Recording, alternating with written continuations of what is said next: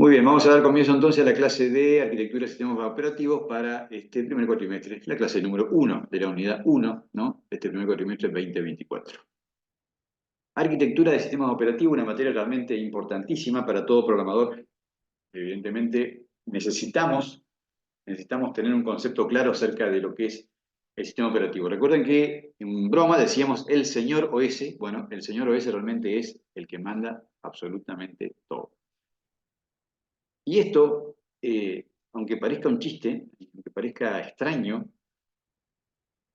puede haber gente, y me incluyo, recuerden que yo estoy programando de los 13 años, así que imagínense que cuando comencé, bueno, agarraba un libro, otro, lo que sea, tenía una computadora se enchufaba a una televisión, así que imagínense que era algo muy limitado todo, incluso el acceso a la información también era limitado. Así que estuve varios años programando, seguramente 4 o 5 años, programando, haciendo cosas, investigando, o sea, haciendo ya programas largos de muchos miles de líneas, que hacían cosas, ¿no? Ya hacían cosas, sumaban, multiplicaban, o sea, llevaba gestiones de cosas, siempre me gustó la gestión, y yo no había reparado, o sea, obviamente conocía que había un programa que manejaba la máquina que se llamaba Sistema Operativo DOS en esa época, pero no había reparado en la importancia. O sea que me incluyo dentro de muchísima gente que comienza a programar sin tener idea del tema. Eso, que si bien obviamente a mí no me pasó nada, no es que sea gravísimo, pero puede resultar grave si por ahí caes en un proyecto o en una oportunidad, te surge la oportunidad, la gente te da confianza, o sea, te genera empatía, te da el trabajo, vos lo realizás y da esa casualidad que justo el proyecto necesita optimizar memoria, necesita optimizar conexiones a base de datos, necesita optimizar cantidad de usuarios conectados a una red. Bueno, resulta que jamás se te cruzó por la cabeza ese tipo de situaciones. ¿Por qué? Porque en tu máquina el sistema siempre anduvo bárbaro, ¿no? Bueno, ahí es donde van a haber problemas gravísimos y puede ser un golpe tan importante que te baje un solo golpe para todo el viaje. Quedas ahí definitivamente marcado. ¿Por qué? Porque cometiste un error muy, muy importante. Así que realmente eso es necesario conceptualizar, es necesario tener claro. Es muy importante la parte teórica en esto, menos importante, según mi humilde opinión y en base a mi experiencia, es la parte práctica. ¿Por qué? Porque esto se trata de un concepto. Acá tenemos que conocer, tenemos que saber cómo manejarnos. No estar practicando, sino que tenemos que saber qué es lo que pasa cuando yo cuelgo 1000 usuarios a un sitio web o cuando yo conecto 20 máquinas a una misma red. Tengo que conocer cómo funciona eso dentro, qué es lo que pasa, qué es lo que tiene que hacer el señor OS con esas peticiones y cómo tiene que manejarse, qué uso le va a dar la memoria, qué uso le va a dar el procesador. Ahí es donde realmente es donde el concepto comienza a crecer exponencialmente en desmedro de la parte práctica. O sea, ahí es donde realmente vemos que la importancia realmente está en conceptualizar bien clarito, ¿no? eh, los temas de estos que vamos a tratar en esta materia. Voy a poner a otra persona de co-host, de co-anfitrión, para que esté atento, por favor, porque yo por ahí hablando me olvido y hay gente que quiere entrar, ¿no? Y es una lástima que por ahí no se pierdan la... Poneme si querés, Oscar. Sí, ahí está. Eh, Le decía entonces que para mí esta materia realmente es una medular troncal, tanto como programación, ¿no? Dentro de la tecnicatura, y bases de datos, obviamente, ¿no? Porque son materias que realmente, bueno, uno no puede no tener un acercamiento profundo. Realmente ahí tenemos que tener claro que es necesario marcar esto con un pequeño tilde de que realmente es importante. Bueno, acá en los conceptos que vamos a trabajar en estas 6 unidades, está muy comprimido porque, bueno, son poquitas horas las que están asignadas. Eh, los conceptos son siguiendo a Andrew Tannenbaum, que recuerdan que se los comenté en el introductorio. Andrew Tannenbaum es un programador, bueno, un estudioso de toda la vida, ¿no? que ya en los años 70 escribió un sistema operativo basado en Unix llamado Minix, del cual después de Minix, imagínense que fue el Linus, Linus Torvald, el que se inspiró en Minix para escribir Linux, para escribir el kernel. O sea que imaginen la trascendencia de esta persona. O sea, escribió un sistema operativo y después a su vez escribió un libro, y escribe libros, ¿no? Para explicar el funcionamiento.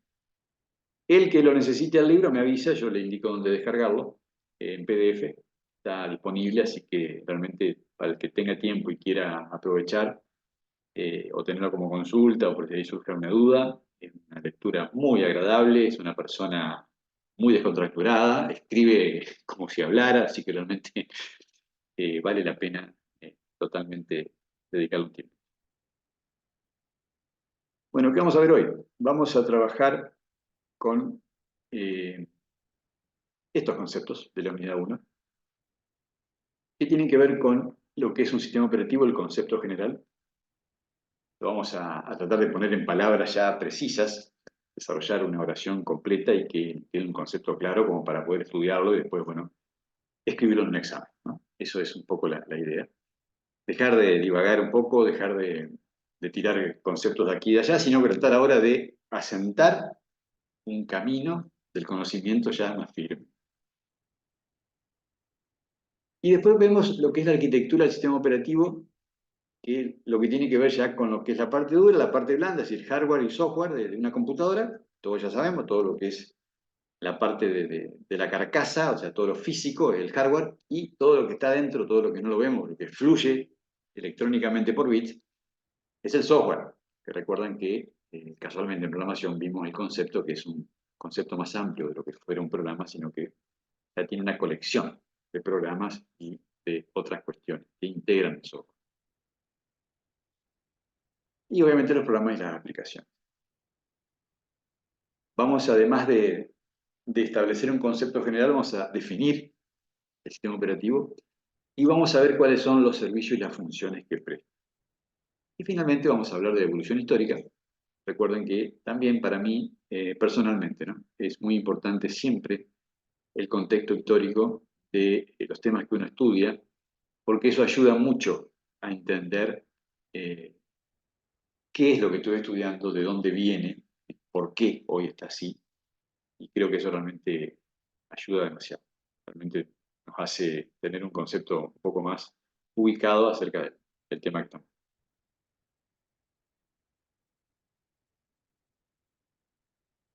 Bueno, estas gráficas son de Tannenbaum, ¿no? Son muy ingeniosas, son una forma de indicarnos la mejor manera de comprender la situación que intentemos comprender, que tenemos que aprender más que nada. Intentamos conceptualizar, intentamos ver, descubrir. Es decir, él lo entiende como que la computadora posee una capa de software llamada sistema operativo.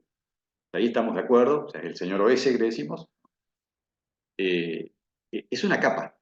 ¿Por qué? Porque es lo que separa, o lo que hace amigable, o lo que hace accesible, o lo que hace que podamos conectarnos ¿eh? con la parte física. Todos los recursos de hardware, si no fuera por el sistema operativo, no podríamos accederlos. Por eso, ¿qué hace? Fíjense, coloca una parte gris debajo, perdón, una parte gris debajo que es la parte dura, sería todo lo que es la máquina. El kernel, que es el sistema operativo, es esa capa de software, que es la que se instala, ¿verdad? Y después siguen los programas de usuario y finalmente tenemos lo que nosotros vemos en la pantalla, que es el navegador, el lector de correo electrónico, el reproductor de música.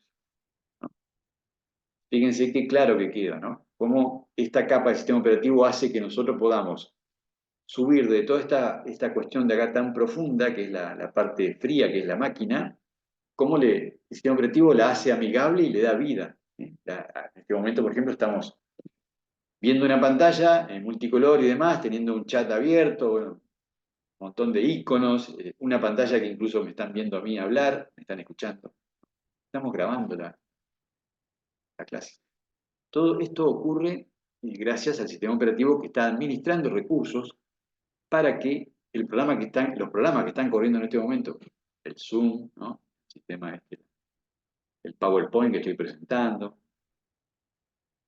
todo esto está integrado de tal manera y está sostenido en este momento por el sistema operativo para que transcurra. Todas las peticiones y todos los procesos que están ocurriendo en este momento están pasando en milisegundos, en nanosegundos en realidad, por el procesador y de ahí a la memoria y de ahí a los distintos dispositivos de salida que necesitan para que funcione. Todo eso en constante mantenimiento. Y el sistema operativo se encarga de que todo eso funcione equilibradamente, sin que se desbande ni uno ni otro de los componentes, ¿no?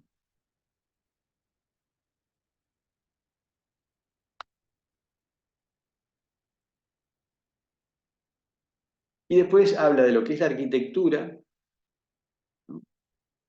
Se utiliza lo que es la abstracción, y como que es la clave para poder entender la complejidad, ¿no? O sea, la abstracción divide lo que es una tarea imposible en varias realizables. Por ejemplo, los archivos, los mensajes de mail, una página web, esos son abstracciones. Es la mejor manera que tiene, ¿no?, de mostrar esa cara linda y no toda la cara fea que es el hardware del sistema operativo. Todo lo que es el sistema operativo pone un velo y hace que todo lo feo que está debajo le llama feo al hardware, ¿no?, a la máquina misma. Y como que ese velo que el sistema operativo lo hace lindo. ¿Por qué? Porque del otro lado se ve la interfaz hermosa. O sea, vemos lo que son los navegadores, vemos las ventanas, bueno, todo lo que nosotros como aplicaciones podemos disfrutar. Esa también es otra definición importante que gracias al concepto de abstracción, que fue que pudimos implementar con la evolución misma del conocimiento, fue que se pudo inventar el concepto de abstracción de un archivo, de un mensaje. Bueno, todo eso se va evolucionando y se va aplicando al flujo de los bits para que realmente se produzcan estos resultados fantásticos, ¿no? Imagínense que una máquina que ahora estamos acostumbrados y vemos que ya son incluso más bellas, más lindas, ¿no? Los diseños, estoy hablando. Yo cuando compré la primera máquina me acuerdo que era un teclado grande, un poquito más alto, todo cerrado así, se veían las teclas nada más. Eso era la máquina, año 83. Entonces, esa máquina tenía un conector que se conectaba a una televisión de la época, y esa era la salida, y no tenía ni siquiera disco. O sea que la encendías y de ahí trabajaba a las horas que quiera, y cuando se apagaba se perdía todo lo que hiciste. Después creo que al año pude adquirir un dispositivo para conectar con un grabador de los comunes para grabar en un cassette de música de la época.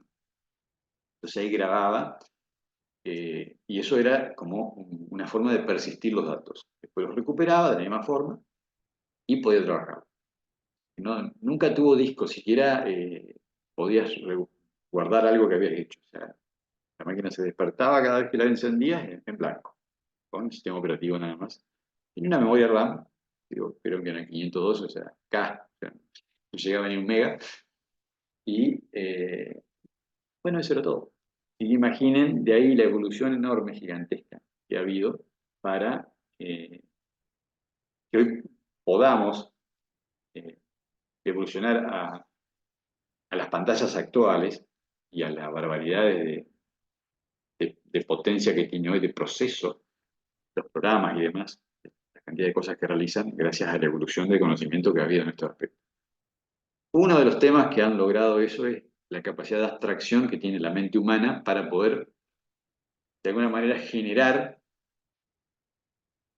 ponerle un nombre o ponerle un esquema de trabajo a algo.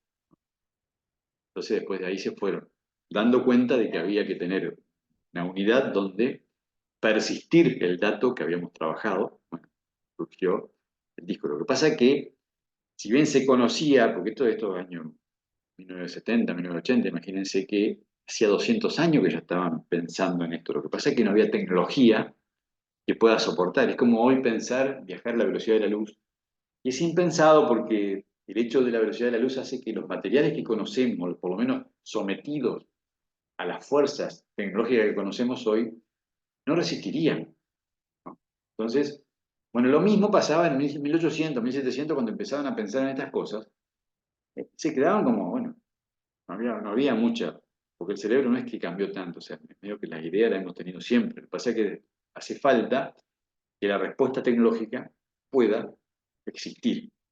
Imagínense que yo me tuve que comprar esa computadora sin disco porque no había, o las que había eran carísimas, y tenían incluso la forma de persistir eran las cintas, o sea que no había disco.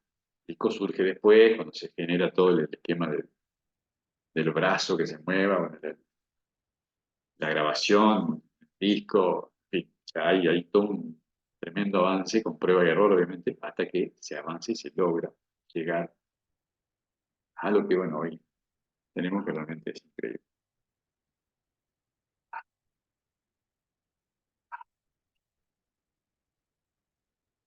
Bueno, también dijimos que vamos a tratar de definir y vamos a tratar de tener claro qué es el servicio y qué es la función que tiene el sistema operativo, ¿no? Esto es realmente importante porque eso, teniéndolo claro, yo me doy cuenta de lo que tengo que hacer, ¿no? Como programador.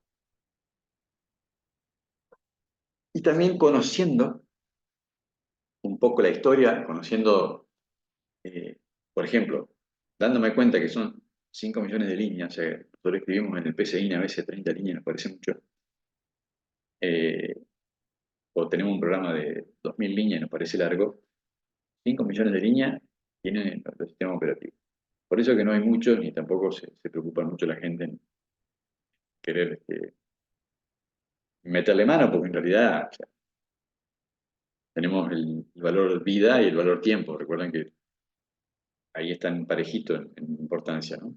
Es decir, ¿para qué voy a usar 20 años de mi vida tratando de mejorar un sistema operativo si en realidad está como que está, ¿no? Bueno, ahí es como que realmente nos damos cuenta de la enormidad de trabajo que hay detrás, de los años que llevó esto, y obviamente mucha prueba y error, ¿no?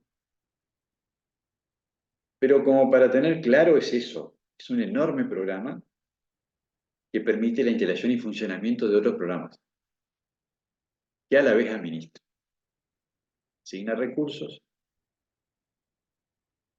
y esos recursos son memoria, disco, procesador y otros dispositivos conectados. Es tan simple como eso.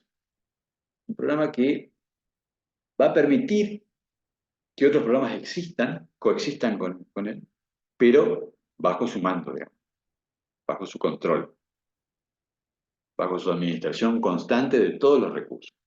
Recuerdan la analogía que el sistema operativo sería como una persona que se despierta en una habitación, se destapan los ojos y ahí como que comienza a ver qué tiene disponible. Tiene una mesa, tiene una silla, una ladera, tiene un televisor, una computadora, a eso me refiero. Y ese señor que se despierta o le quitan la venda de los ojos de esa habitación, ahora es dueño de esa habitación y administra esos recursos. Y toda la persona que quiera entrar por una puerta o algo va a tener que pedirle permiso y quiere usar una silla, le va a tener que pedir permiso a la persona que está dentro y le va a dar la silla o no. ¿Se dan cuenta? O al que quiera ver televisión, bueno, le va a permitir que va a ver o no, o va a tener que esperar porque hay otro mirando, le va a decir, no, espera. Esa es la analogía interesante que me pareció bastante sencilla en esta instancia de aprendizaje. Porque el sistema operativo hace eso, recibe todas las peticiones de los dispositivos conectados y las administra, las pone en cola y las empieza a dejar pasar por el procesador para ver qué viene, qué sucede.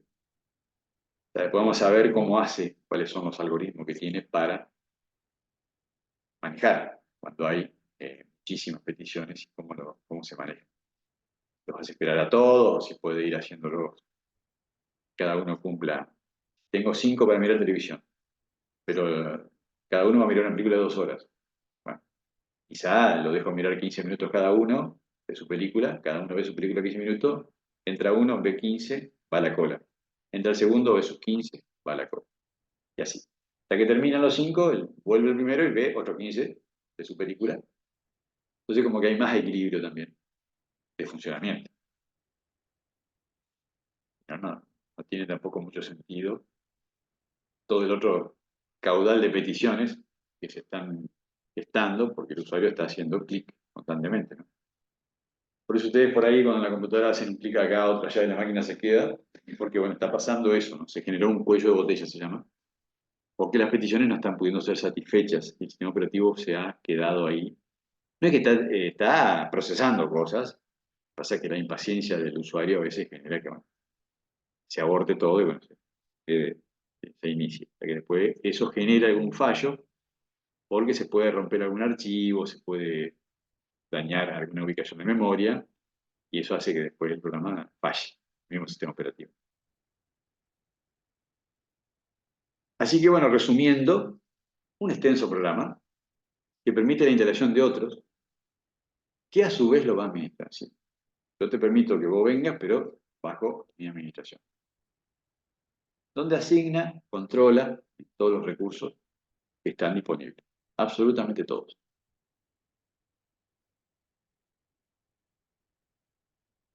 Siempre que los pueda reconocer.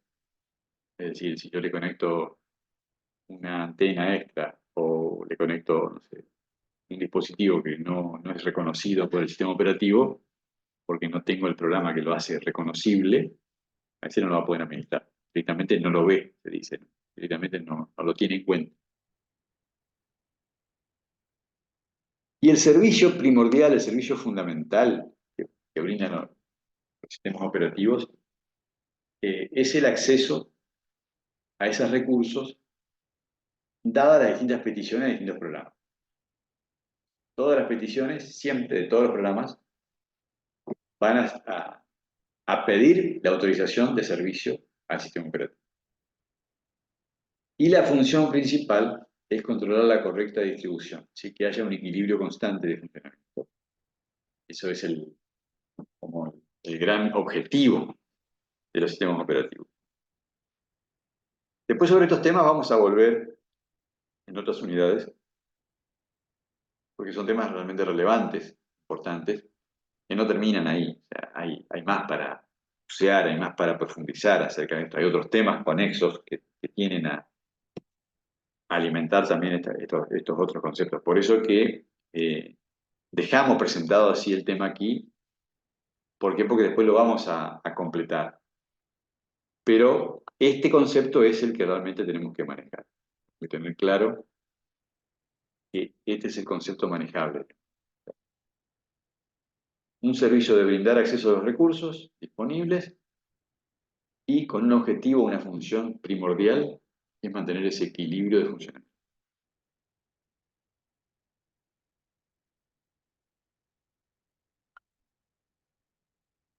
Y finalmente la evolución histórica.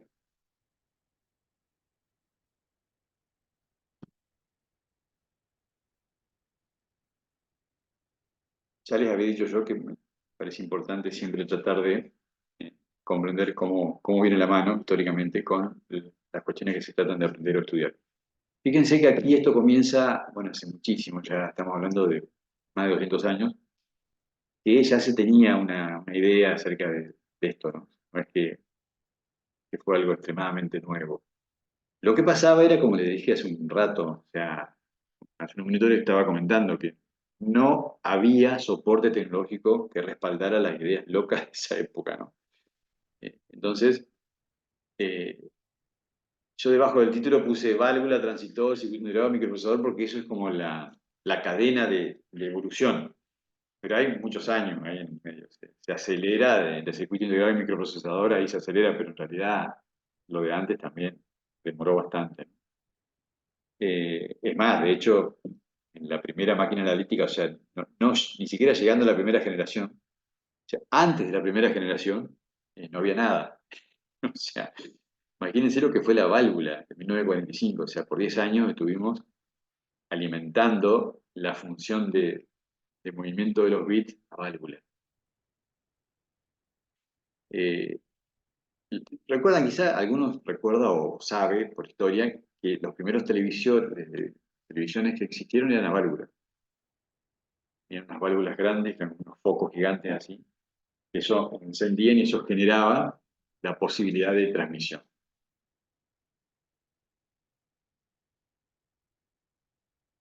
Entonces, claro, los sistemas operativos iban tratando de acompañar o dar una respuesta al hardware existente.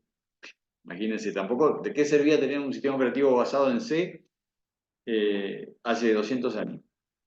Si hubiéramos podido escribir el código, si hubiera habido un académico súper ilustrado, hubiera podido escribir el código. ¿Se dan cuenta? Tampoco hubiera sido viable, porque no tenía el hardware para correrlo. Entonces, ¿qué pasó? Era mecánico, eminentemente mecánico, ¿no? 1790, 1800. Fíjense, 80 años, 80 años, no 80 años atrás, sino que hace más de 200, durante 80 años, se trabajaba mecánicamente esta idea. Imagínense, pobre gente, tremendo. No tenía sistema operativo, fue un inicio para comprender lo que se necesitaba el software. Y bueno, fue una mujer, Ada Lovelace, se la considera la primera programadora del mundo, y el lenguaje Ada. Ahora van a hacer un pequeño TP acerca de Ada Lovelace, busquen información. Es muy interesante porque el lenguaje ADA tiene muchísimas cuestiones que después obviamente se apoyaron otros lenguajes. Porque, no es menor, realmente es muy, muy interesante. Así que fíjense, 80 años mecánicamente tratando de que una máquina calcule algo. Bueno, serían como enormes calculadoras en realidad lo que se estaba gestando, ¿no? No eran digitales, sino que eran mecánicas. Se trataba de que conectando y desconectando partes de una enorme maquinaria gigantesca que realmente tenía un enorme tamaño, que ocupaba una o dos habitaciones muy grandes, donde los operarios, que eran varios también, no eran programadores, sino que eran operarios de esa estructura de software, no, de mecánica, que emulaba eso que necesitaban, que era el software. Ahí se empezaban a dar cuenta que necesitaban, ¿no? Estaban automatizando, necesitaban que algo fluya automáticamente para que esos golpes o esas cuestiones, esa fuerza física que tenían que hacer los operarios para calzar y descalzar cosas para que se generen los resultados que se esperaban, eh, lo tenía que hacer algo que lo llamaron software porque era la parte blanda, digamos, era lo duro, o sea, por contraposición. Y bueno, llegamos a la primera generación, pero fíjense la cantidad de años, o sea, el salto fue automático. No fue de que 1870, sí, sí, no. Hubo que esperar a su vez 70 años más, o sea que estamos hablando de 150 años para que podamos pensar en algo digital muy alejado base a válvulas. 150 años desde el inicio y hoy ya casi 70, 80 ya, 79 en realidad, eh, a hoy, ¿no? O sea que hace 80 años que dimos el salto de la primera generación. Bueno, las primeras computadoras digitales, Estados Unidos, Gran Bretaña, eran también muy rudimentarias, gigantes, también ahí eso no cambiaba. Recuerden que tenemos la limitación tecnológica siempre, o sea, ahí teníamos también un problema de que debía gestarse toda la cuestión de la revolución industrial. Recuerden que también un poco va de la mano esto, ¿no? Va despegando eso también, entonces como que, bueno, pasamos a varias revoluciones que nos permitieron que se pueda generar un soporte tecnológico adecuado.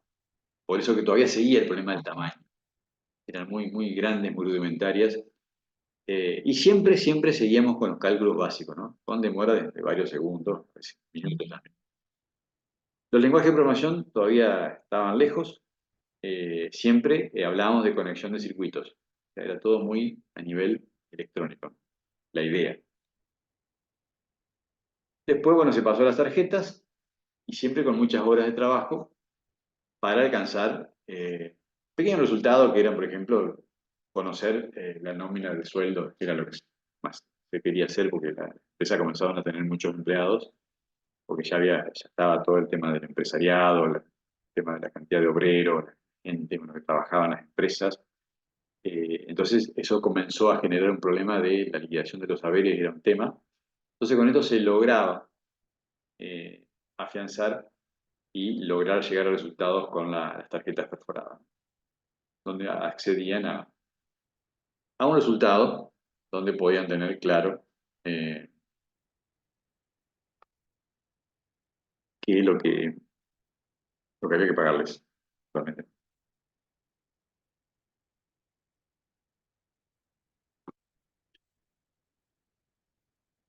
¿Silvina Coti está en clase?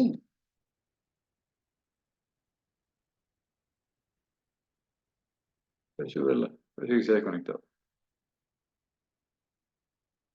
Pide que la acepte, pero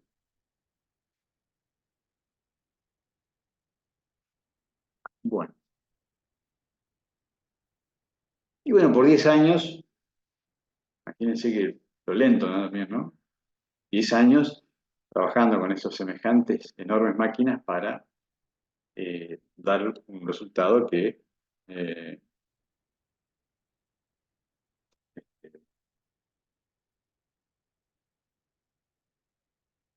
voy a contar a Raúl.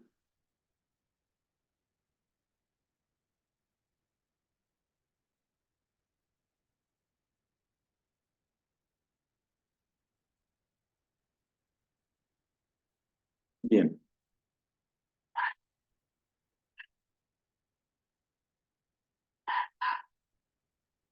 de paso recuerden ese tema que hablamos de que había que reclamar las inscripciones de tanto programación como el sistema operativo, porque falta inscribir mucha gente.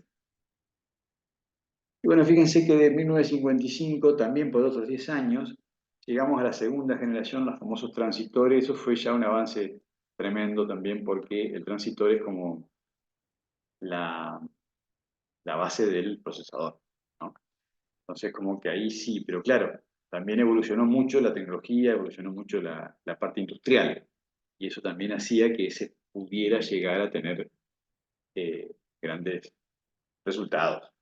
Entonces, fíjense la importancia de haber tenido un soporte tecnológico para que el sistema operativo pueda llegar a ser quien es hoy.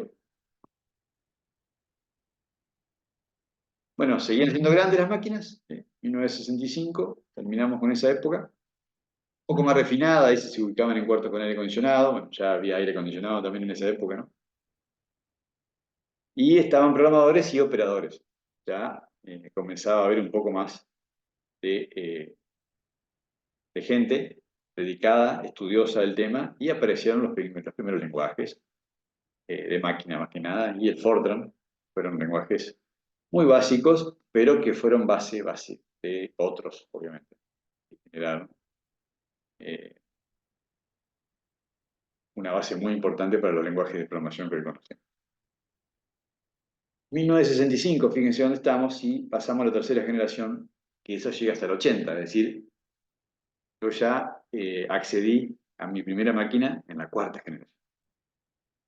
Yo obtuve la primera en 1983, o sea que eh, fui, bueno,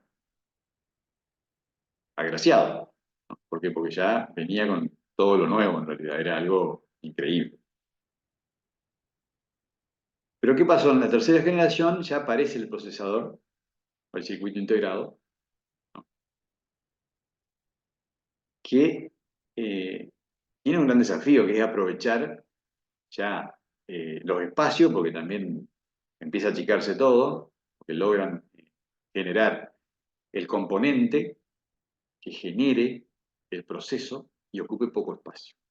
Realmente es muy fuerte y aparece el concepto de memoria, donde entonces sí ya podemos trabajar con lo que se llama multiproceso, tratar de que la computadora pueda hacer varias cosas a la vez. ¿Por qué? Porque le empezábamos a dar peticiones y eso lo podía, un procesador lo podía llegar a trabajar. Realmente fue un avance terrible y luego de muchos sopapos, digamos, mucho error, aparece Unix, que es el primer sistema operativo, que es la base de Linux después también, Minix, que es también base de Unix. Eh, es el sistema operativo base de todo, en realidad, que nace en esa época. Y finalmente, la cuarta generación, que ha sido, bueno, y sigue continuando el avance.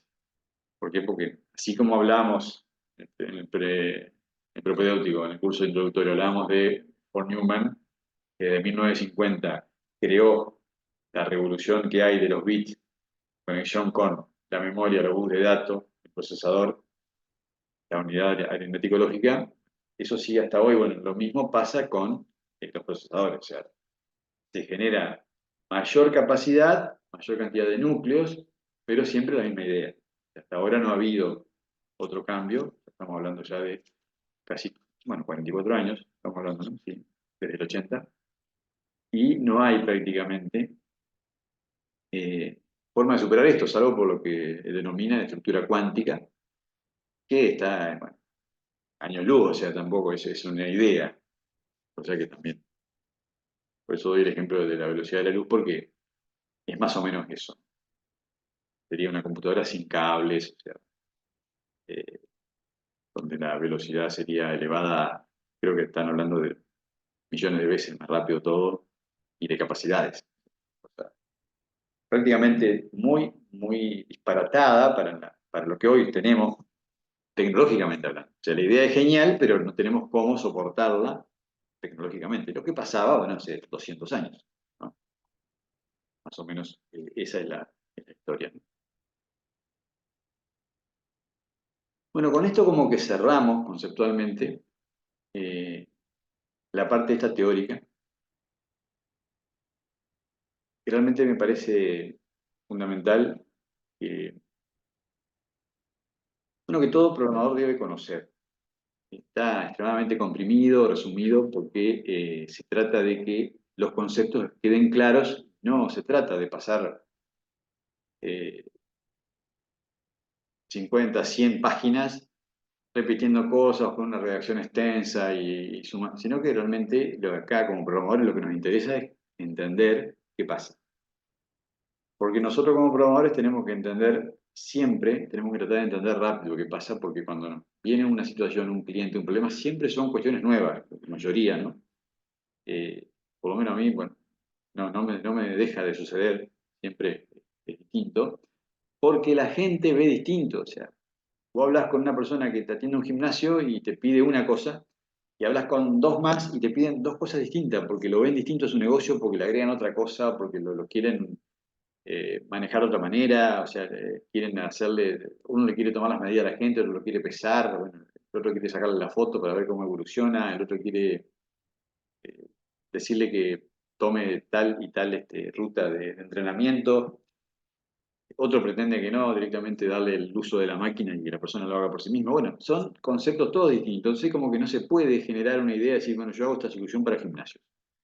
Y sí, se puede hacer algo extremadamente básico, pero en realidad cuando lo querés después homologar con todo el resto, te encontrás que no se puede. Entonces, el programador tiene que estar abierto siempre a tratar de captar cuál es la idea y en base a eso generar la solución.